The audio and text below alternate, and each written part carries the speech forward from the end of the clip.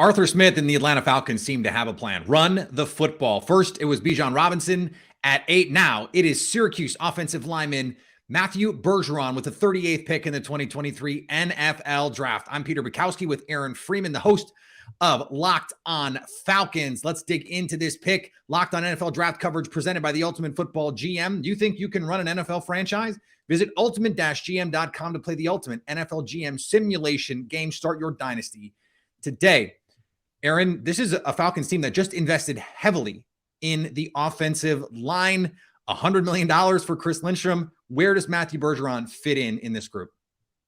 He fits in at that left guard position opposite Chris Lindstrom. That's where the Falcons had a vacancy. They've had kind of a revolving door the last couple of years.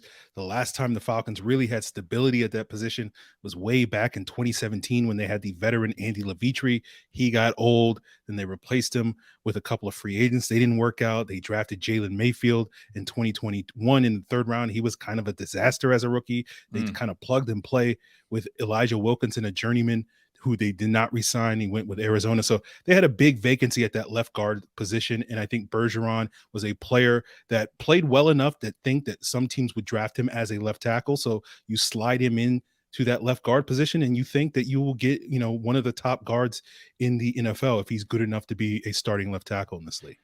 Is it something where you think you could see them saying, okay, you're going to play left guard for now, but in the future, now this is a hedge against Jake Matthews and that left tackle position? Absolutely. The Falcons did re-sign Caleb McGarry to a 3-year contract. It's basically a 2-year deal. And then we'll see. McGarry's kind of had an up and down career in Atlanta.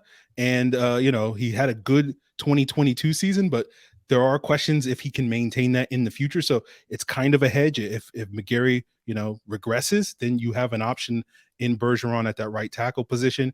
And of course, as you said, Jake Matthews on the wrong side of 30, as they say, still has been playing good football. So the Falcons think that they can probably get 2, maybe 3 more years out of Jake Matthews.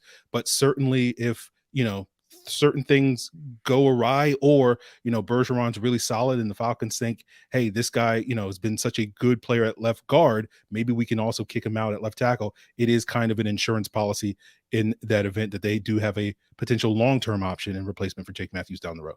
We talked yesterday about this idea of building a team around your quarterback and then figuring out what to do with someone like Desmond Ridder. This feels like an extension of that plan.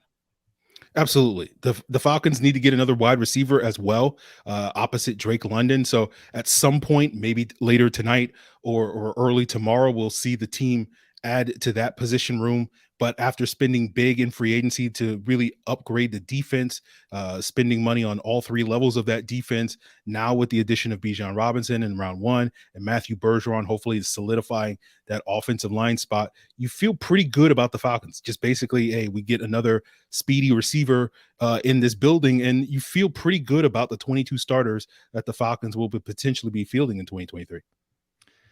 How does this change the way that you view the ceiling of this offense now with Desmond Ridder at the helm? You have maybe the one weak spot on this offensive line, but then we understand rookies tend to be bad, but Kyle Pitts, another step in this offense. Drake London, a year 2 jump. You get the dynamic play of Bijan Robinson. What is the ceiling here? Yeah, it's a young group, and so you may not necessarily feel great about expecting them all to hit the ground running immediately at the start of this season, but you're kind of just hoping that we will see this unit grow over the course of 2023. And hopefully if it all doesn't come together in 2023, maybe it all comes together in 2024. And I think the Falcons do have the makings if certain players can make the leaps and start living up to sort of their high draft position with some key players like Kyle Pitts and Bijan Robinson and Drake London, players that the Falcons took in the top 10 of the draft that you kind of hope are going to be top 10 type of players at their respective positions. And if Desmond Ridder can just give them solid quarterback play and a really solid offensive line and one of the best running games in the league, I think there is potential for this unit to get, start cracking the top 10 in the league like we saw regularly from the Falcons when it was Matt Ryan and Julio Jones and Calvin Ridley and all those players from several years ago. So I think the Falcons are on the right path to get back there. It's just going to be developing and letting this young core of players, grow together. And the NFC South, wide open. So if you're Atlanta, you're going, why not us? For more on the Atlanta Falcons draft and all things Falcons, subscribe to Locked On Falcons on YouTube and wherever you get podcasts, part of the Locked On Podcast Network, your team every day.